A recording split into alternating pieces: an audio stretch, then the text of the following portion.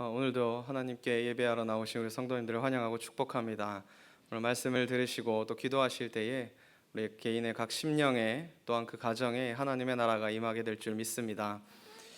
어느 방송국에서 한 130 가정을 선정해서 한 20일 동안 TV를 켜지 않고 생활해보는 그러한 실험을 해본 적이 있었습니다. 그 130 가정 모두 TV에 매달려 사는 가정들이었습니다. 성북구에 사는 초등학교 2학년인 아이는 아침에 일어나자마자 TV부터 켭니다. 그리고 TV 앞에서 밥을 먹고 TV 앞에서 숙제를 하며 TV 앞에서 그림을 그리고 놀긴 합니다. 경기도 남양주시에 사는 어느 회사원 아빠는 퇴근하자마자 3살배기 아들이 놀아달라고 하자 그 아들에게 TV를 켜주곤 합니다.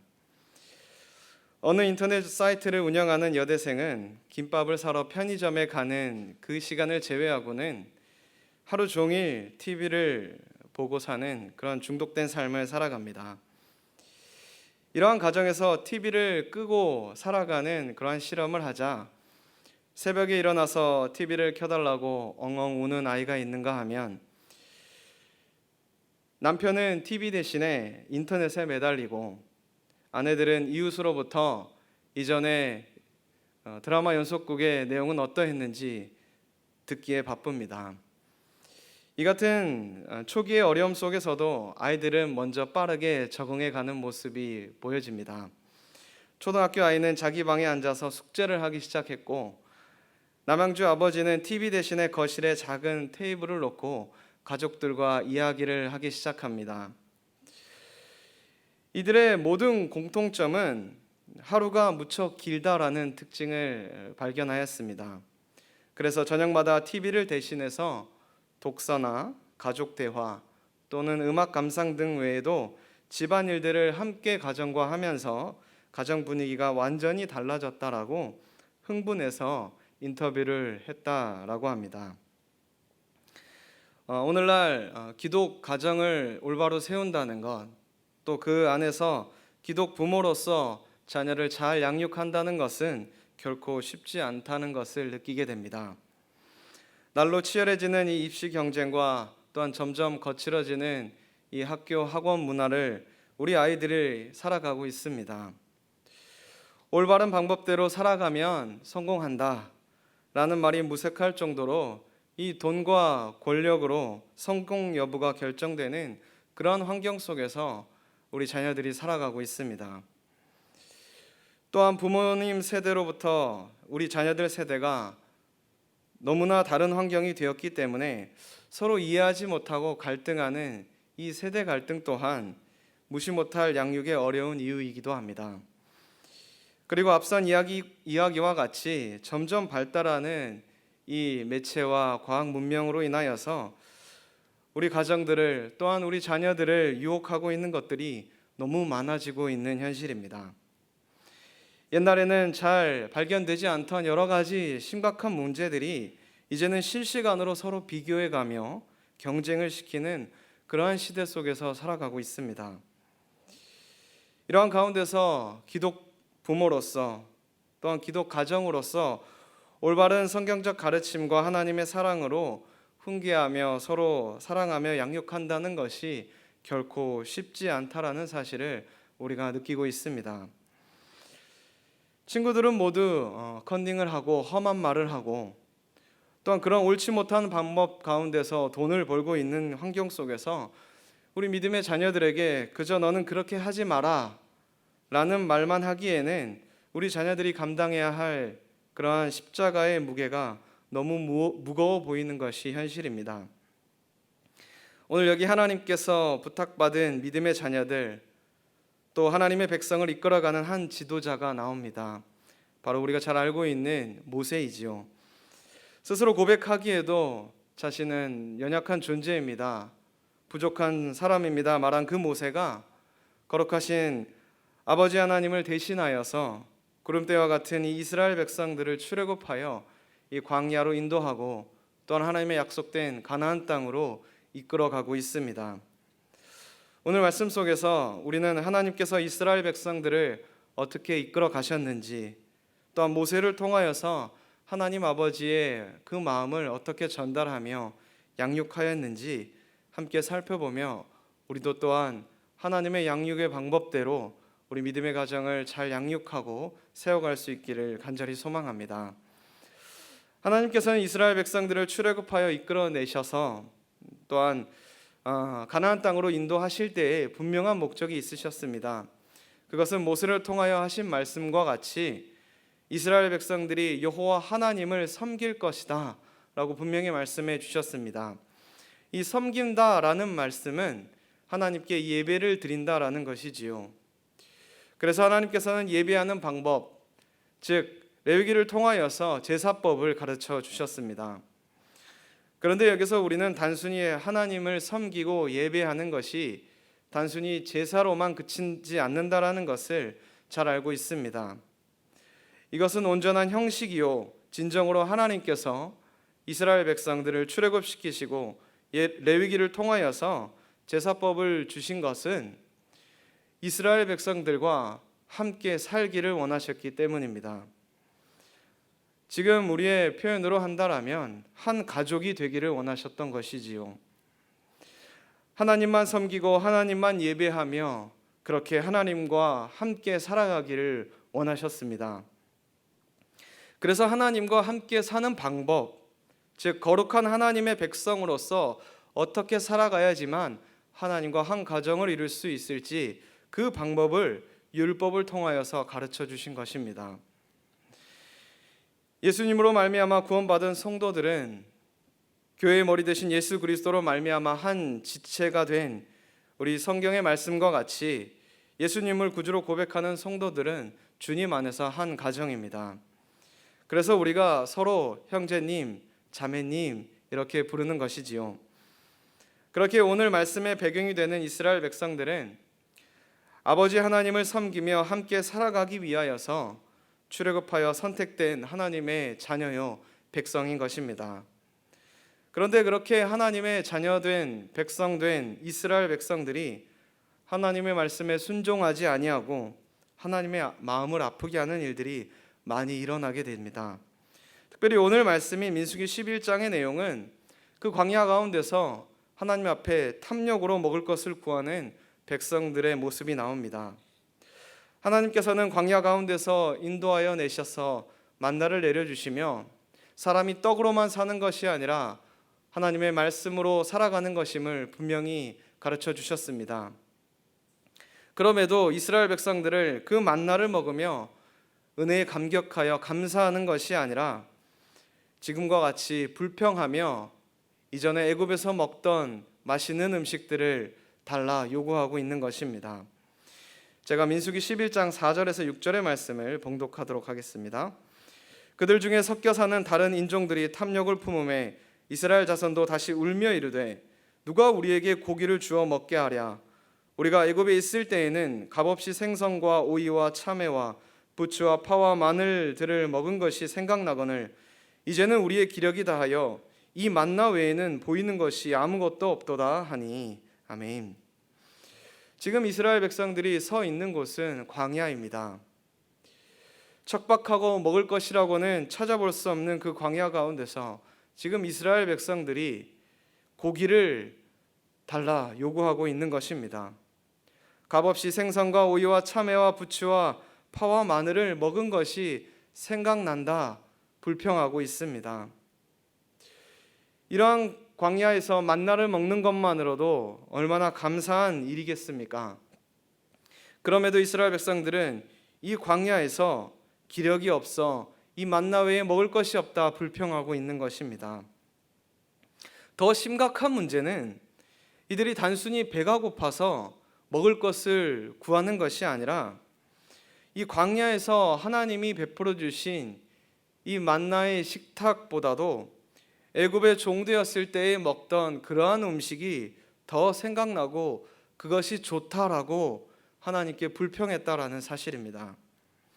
출애굽한 이스라엘 백성들이 늘 불평했다는 그 말 속에는 애굽으로 돌아가자라는 모티브가 항상 있었습니다.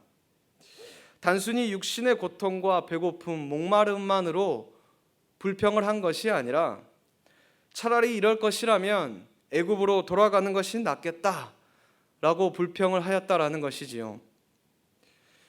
분명 하나님께서는 이스라엘 백성들을 그 애굽의 종되었던 그 처참한 환경 속에서 출애굽시켜 주시고 자유를 허락하여 주셨습니다. 그런데 지금 이스라엘 백성들은 이러한 자유보다도 하나님이 베풀어 주신 이러한 축복보다도 차라리 종이 될지언정 애굽으로 돌아가 살아가는 것이 더 낫겠다라고 불평하고 있는 것입니다. 이것은 마치 지금 우리의 그리스도인의 모습으로 본다라면 내가 이렇게 하나님을 믿고 이렇게 사느니 차라리 하나님을 믿기 전에 죄되었던 그러한 삶으로 내가 하고 싶은 대로 살아가는 것이 더 낫겠다 불평하는 것과 같습니다. 이 말을 들었던 아버지 하나님의 그 심정과 모세의 심정이 어떠했겠습니까? 이스라엘 백성들의 탄식 소리를 들으시고 애굽의 종되었던 곳에서 놀랍도록 이끌어내신 그 하나님이 이 이스라엘 백성들의 불평을 들었을 때에 어떠한 심정이셨겠습니까?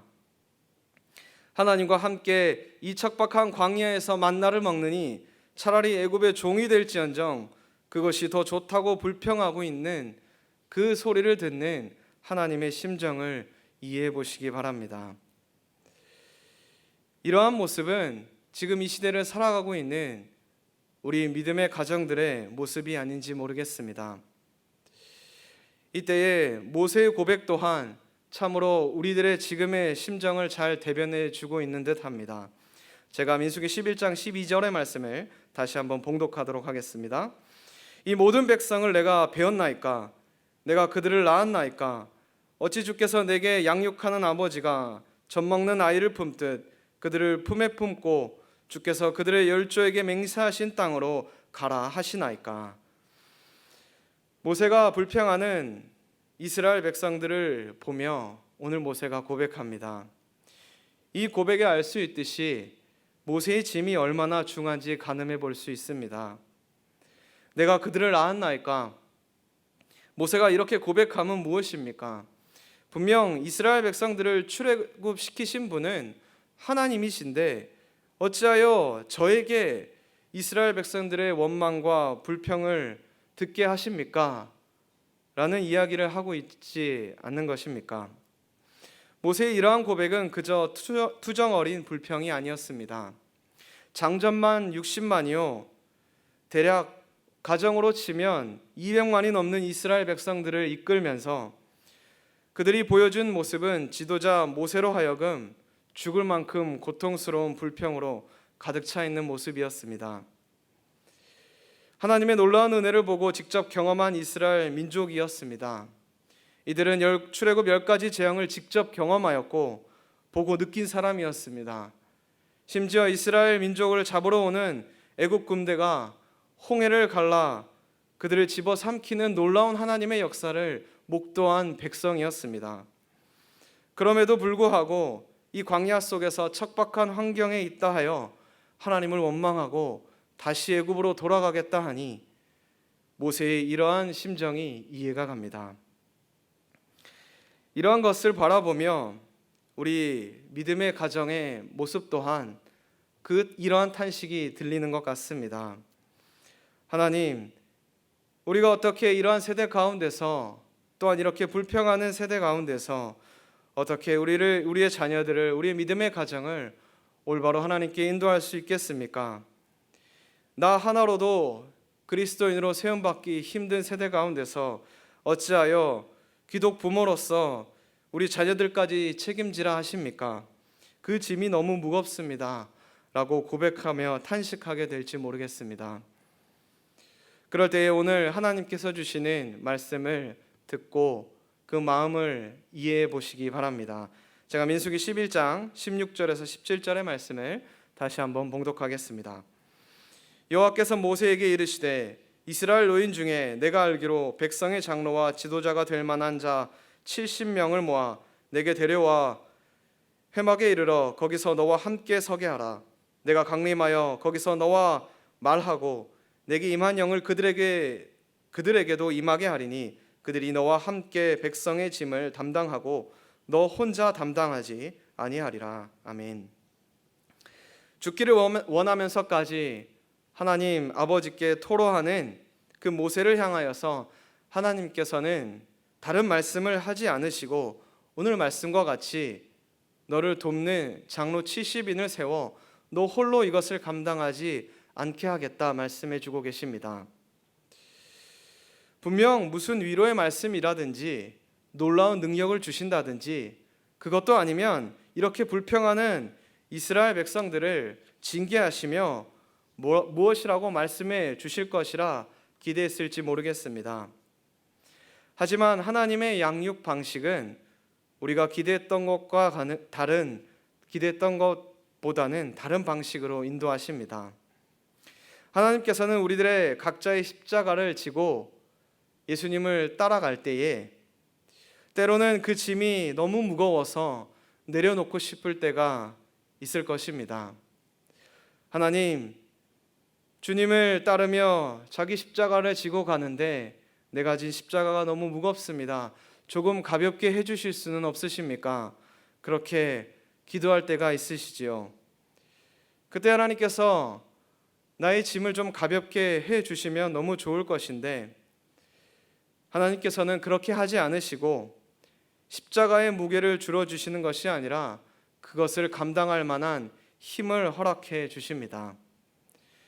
이와 같이 우리가 믿음의 가정, 믿음의 자녀를 양육하고 가정을 이루어갈 때에 그저 자녀들을 편하게 세상의 방식과 같이 그렇게 양육하고 싶다가도 하나님께서는 그러한 양육 방식이 아니라 우리 믿음의 가정이, 믿음의 다음 세대가 이 세상 가운데서 십자가를 지고 이겨낼 만한 힘을 돕는 배필을 허락해 주신다라는 사실입니다. 하나님께서 모세에게 이스라엘 노인 중에 장로와 지도자가 될 만한 70인물을 뽑아서 회막으로 데려오라 말씀하십니다. 그리고 내가 그곳에서 임재하여 모세 너에게 임하게 한 그 영을, 나의 하나님의 영을 임하게 하여 그들이 너와 함께 백성의 짐을 감당하게 될 것이다 말씀하고 계십니다. 사랑하는 성도 여러분, 모세가 백성들을 이끌어가기에 너무 지쳐있고 쓰러져 죽기를 간구할 때에 하나님께서는 이스라엘 백성들을 변화시키는 것이 아니라 오히려 모세를 변화시키고 있다라는 것을 주목하시기 바랍니다. 철없는 이스라엘 백성들을 믿음으로 잘 이끌어가기 위해서 모세에게 돕는 배필을 허락해 주신 것을 보게 됩니다. 그렇다면 기독 부모가 된 우리들 또한 동일하게 이러한 원리대로 하나님께서 양육하기를 원하고 계신다라는 사실입니다. 내 자녀는 말도 잘 안 듣고 잘하는 것도 없고 왜 그리 철도 없고 믿음으로 잘 양육되지 않는다 그렇게 생각하십니까? 다른 자녀들은 다 잘 자라는 것 같은데 왜 유독 내 자녀만 이럴까 괴로워하고 계시는 분이 있으십니까? 그래서 어떻게 하면 이 자녀를 잘 바꿀 수 있을까 고민하고 계십니까? 모세의 처절한 고백이 혹 자신의 고백이라 하신다라면 오늘 하나님의 양육의 방식을 바라보시기 바랍니다. 하나님께서는 불평하는 이스라엘을 보고 계신 것이 아니라 타락한 그러한 그들의 마음을 보고 계시는 것이 아니라 그들을 하나님의 뜻대로 잘 이끌어 주기를 위하여 모세에게 다시 힘을 주고 계십니다. 동일하게 우리 사랑하는 자녀들이 이 타락하고 음란한 세대 가운데에 어디로 가야 할지 모르는 상황 속에 지쳐있고 불평하며 멋대로 살아가며 부모의 마음을 아프게 하는 상황 가운데서 오늘 하나님께서는 우리 믿음의 자녀들을, 믿음의 가정들을 바라보시면서 그 자녀들이 아니라 우리 부모들에게 눈길을 주고 계십니다. 하나님께서 모세에게 백성들을 감당할 힘을 다시 허락해 주셨던 것과 같이 돕는 배필을 허락해 주셨던 것과 같이 다시 백성을 믿음의 길로 인도하여 하나님이 원하셨던 길로, 하나님이 원하셨던 하나님의 나라로 이끌어가는 것과 같이 우리 믿음의 부모들을 통하여서 우리 믿음의 자녀들이 변화되기를 원하고 계십니다. 그렇기에 내가 이 자녀를 믿음으로 잘 양육하기 위해서는 하나님께 돕는 배필과 도움의 손길을 구하는 것이 올바른 모습일 것입니다. 그같이 자녀는 나 혼자 양육하는 것이 아님을 오늘 하나님께서 분명히 또한 말씀해 주고 계십니다. 하나님께서 모세에게 장로 70인을 세우셔서 홀로 이 무거운 짐을 감당하지 않도록 하신 것을 바라보며 나에게 있어서도, 우리 믿음의 가정에 있어서도 자녀를 홀로 키운다라고 생각하는 순간 모든 자녀의 문제는 나의 문제처럼 느껴집니다. 자녀가 잘못된 방향으로 가는 것도 나의 잘못 때문이고 나의 모든 것이 나의 잘못처럼 느껴지기에 자녀들에게 오히려 역정을 낼 때가 있다라는 것이지요. 모세가 하나님께 죽기를 원하며 토로한 것과 같이 자신 홀로 이스라엘 백성을 이끌어가야 한다라고 생각했기 때문에 모세가 하나님께 이러한 토로를 하였던 것입니다. 분명 하나님께서는 모세를 통하여 이스라엘 백성들을 출애굽시키시고 이 광야길로 인도하게 하신 것은 분명한 사실입니다. 그렇기 때문에 하나님께서는 모세에게 이 책임을 물으시는 것이 아닙니다. 왜냐하면 이스라엘 백성의 영적인 아버지는 모세가 아니라 하나님이시기 때문이지요. 이와 동일하게 우리도 믿음의 자녀를 양육함에 있어서 내가 양육하는 것이 아니라 이 믿음의 자녀가 우리의 영적인 아버지 되시는 하나님을 늘 영적인 아버지로 고백하며 주인으로 삼을 수 있도록 모세와 같은 역할을 부모가 감당해야 될 줄 믿습니다. 그렇기 때문에 이들을 다그치고 역정을 내는 것이 아니라 하나님을 만나게 해야 할 그러한 책임이 우리에게 있는 줄 믿습니다. 그렇게 우리가 모세의 역할과 같이 영적인 아버지 되시는 하나님께 우리 자녀들을 잘 인도함 받을 수 있도록 양육한다라면, 또한 우리 교회가 그러한 역할을 잘 감당한다라면 분명 우리 믿음의 자녀들은 믿음의 다른 세대가 아니라 믿음의 다음 세대가 될 줄 믿습니다. 이러한 우리들의 모습을 보시며 나뿐만 아니라 믿지 않는 사람들에게도 믿음의 영향력을 드러내게 될 것이며 우리 믿음의 가정을 통하여서 이 험악한 세상, 음란한 세대 가운데서도 우리 믿음의 가정이 올바로 하나님의 역할을 잘 감당하는 그러한 가정 될 줄 믿습니다. 오늘도 말씀을 듣고 또 기도하는 가운데에 은광교회 모든 가정에게 이러한 은혜와 축복이 가득 넘치기를 간절히 소망하며 축복합니다. 기도하시겠습니다. 하늘에 계신 우리 아버지 하나님, 하나님의 거룩한 백성이요 자녀된 저희들이 오늘 말씀을 통하여 하나님의 사랑을 알게 하시니 감사드립니다. 날마다 아버지 하나님께 영광을 돌리며 하나님의 마음을 시원케 하는 자녀가 되어야 함에도 불구하고 하나님의 마음을 아프게 하였던 저희들이었음을 고백하오니 용서하여 주옵소서.